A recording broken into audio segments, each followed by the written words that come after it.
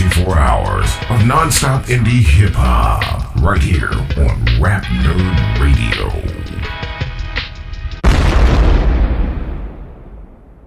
What's going on? It's your boy D Sick, aka the Rap Nerd. This is another episode of Rap Nerd Radio. Right now, we got a special guest right from the Los Angeles area. You know what I'm saying? He's an independent music artist out there making waves, out there doing his thing. We got the Pragmatist. What's going on with you, bro? Thanks for having me. I appreciate the invite. Yeah, man, for sure, man. Let's cut straight to the chase. There's a lot of people that I interview, a lot of people that I talk with and stuff that's on the come up, man. But what would you say separates you from everyone else that's trying to make it in this rat race of the hip hop industry? What makes me different, probably my personality and who I am. Not the typical rapper that you see advertised or that you see every day. Um, Different subject matter for sure.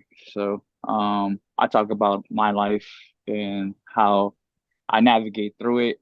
And it's more so about my emotions and how I feel as Right. opposed to raw street subject matter or anything like that. That's probably my main difference between other rappers and myself.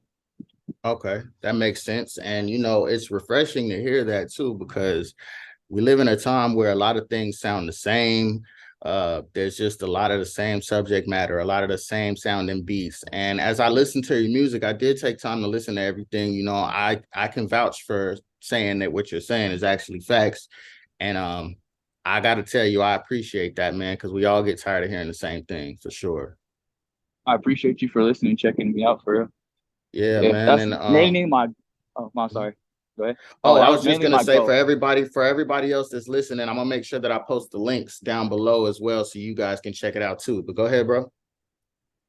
Oh yeah, that's just my main goal for real. Like having people like who may not relate to that kind of stuff have different subject matter to listen to and hear.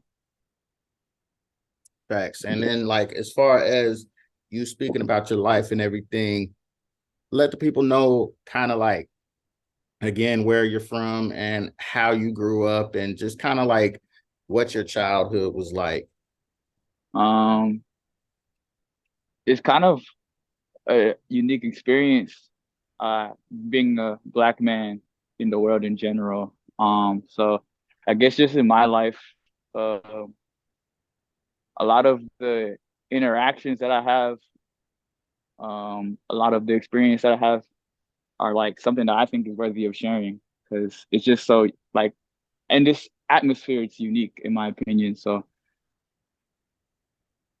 Okay. that's the avenue that. All right, that makes sense. And then, like, at what age and at what point in time did you realize that you wanted to be a recording artist? My first time recording a song was 21. I was 21 years old. Um, a couple years back from that time, my friends are like really into rapping and stuff like that. We used to play around and stuff in the car, smoking, hotboxing, but I didn't really take it serious or nothing until like I recorded as a recording artist when I decided to do it for real at 21.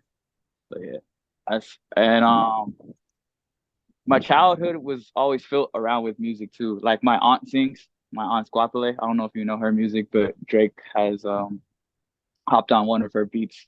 Her Nice. famous one is Closer. Yeah, so I've always been around music my whole life for real. Okay, that's what's up, man. Same here. Definitely a music baby. It just, for some people, it just runs in your veins and it's inevitable. You just got to do it, especially when you're Yeah, around it so much. And yeah. I'd also like to ask, what type of musical influence did you have? Like, what are some of the artists that you looked up to that you can kind of say that you might have subconsciously followed behind their footsteps a little bit? Um, like if we're talking about locally, the a local rapper that had probably the most influence in my me pursuing a rap career with Blueface, just seeing how he blew up, being Mhm. like a person that's like 20 minutes down and knowing like people around the area that really like just seeing his blow up, him going around schools around the local area. that was kind of like a big influence for me. But in terms of like artistry, guys like Kendrick, Absol, TDE for real. You got artists like J. Cole, Drake, those type of artists for real. I don't want to forget Yeah, any names because I really do love rap, but them but the it's a main ones. lot. Yeah. For sure, for sure. Okay. And I was asking, mainstream, local, everything, just whoever inspires you. And that's a pretty good list right there. But as far as stepping into the mainstream industry, like, is that something that you aspire to do, or do you think that you want to remain independent, or what's the plan for that? Um, I guess publishing deals are like the big thing. So if any type of publishing deal were to be available for me, I'd pursue it. I do want to be as big as possible as an artist, so I want to Mm, reach out to as many people as possible. So I'm not opposed to being a mainstream kind of artist, but at the same time, I want to keep what makes me me still. So not gonna like try and force it neither. It's got to make sense.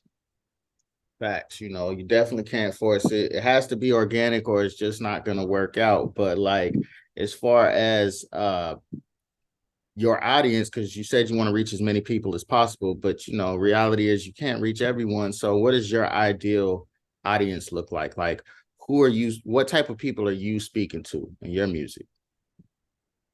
The kids that's outcast for real, the kids that might have not been the coolest kids growing up, but found their way in life for real. Them type peoples. Okay, for sure, for sure. And when I was kind of breezing through your catalog, I noticed back in 2021 you had the Simpy Kid project, right? Yeah. I did drop a project. Yeah. Now, how was it? How did it feel going through that project? And like, how would you say you could pinpoint your growth from the latest project to this project, from the oldest project to the newest project? Um, so for the first part of your question, the emotions making that project was crazy. I felt like it took a lot out of me to open up like that for real. And you can still kind of hear the shyness and timidness on some of those tracks. I feel like now I'm a little bit more confident in presenting myself and as well as just expressing different kind of emotions as well. That album was more so me and my emotions, and the emotion that I was feeling at the time was more so like down, I guess. Not in the Mhm. sense of like anything like too crazy, nothing too like depressing, but at the end of the day, I was getting my emotions off. But now I can express myself in so many different ways, and this track is probably the best track I've written, best track I've produced. So yeah. Nice. Okay, that's what's up. And then like, as far as the latest project, like, um how do you think that it weighs up against your last project? I know that everybody loves all of their own music and stuff like that, but if you had to be 100% honest, old project or new project? Uh, a new project for sure. New project for sure. Good answer. From the recording process to just me learning more about making music and making quality music. I'd say for sure the new project. Okay, because experience is always the best teacher. So that's good that there's some progression there. You know what I mean? Just and I'm sure that you've been doing your research because you already spoke about publishing deals, and it seems like you know where you want to go. What are some of the things that you would tell unsigned artists? Like, what advice would you give them? Like, as far as things that you've learned so far, tips and tricks to help them be successful in this underground game. In terms of business wise or in terms of making Business. music? Well, Business both. wise, both. So from the business aspect, for real, get whatever you can to spend on yourself. Invest in yourself. That's probably the biggest advice I can give to up and coming artists or anything like that. Really, investment in yourself is key. Um, I know the dollar amounts may not look the most enticing for the industry, but if you're really into the arts and stuff like that, you will see the growth that comes with you. I guess kind of like getting yourself as a brand or establishing yourself as a brand. Sorry, Hmm. if you invest in yourself really, because that's what it's about. At the end of the day, we're kind of just LLCs in this. And then as far as musically, just keep going and take the criticism for what it is. Don't dwell on it too much. If somebody's giving you advice that seems constructive, then take it. But if they're just hating, then just keep it pushing for real. Don't let it bring you down. Facts, man. That's a really big thing. I want to second that. Like, you could definitely got to be able to take constructive criticism because there's artists that I write up reviews for their albums or just whatever, give them feedback and they get mad. But the truth is, there's usually always some room for improvement. And, you got to have thick skin to be in this game because if something's trash and they tell you it's trash, I mean, it's a way that you should say certain things, of course. And I'm always mindful of that. I'm an artist myself in a few different ways. I make beats and everything, and everybody's sensitive about their shit.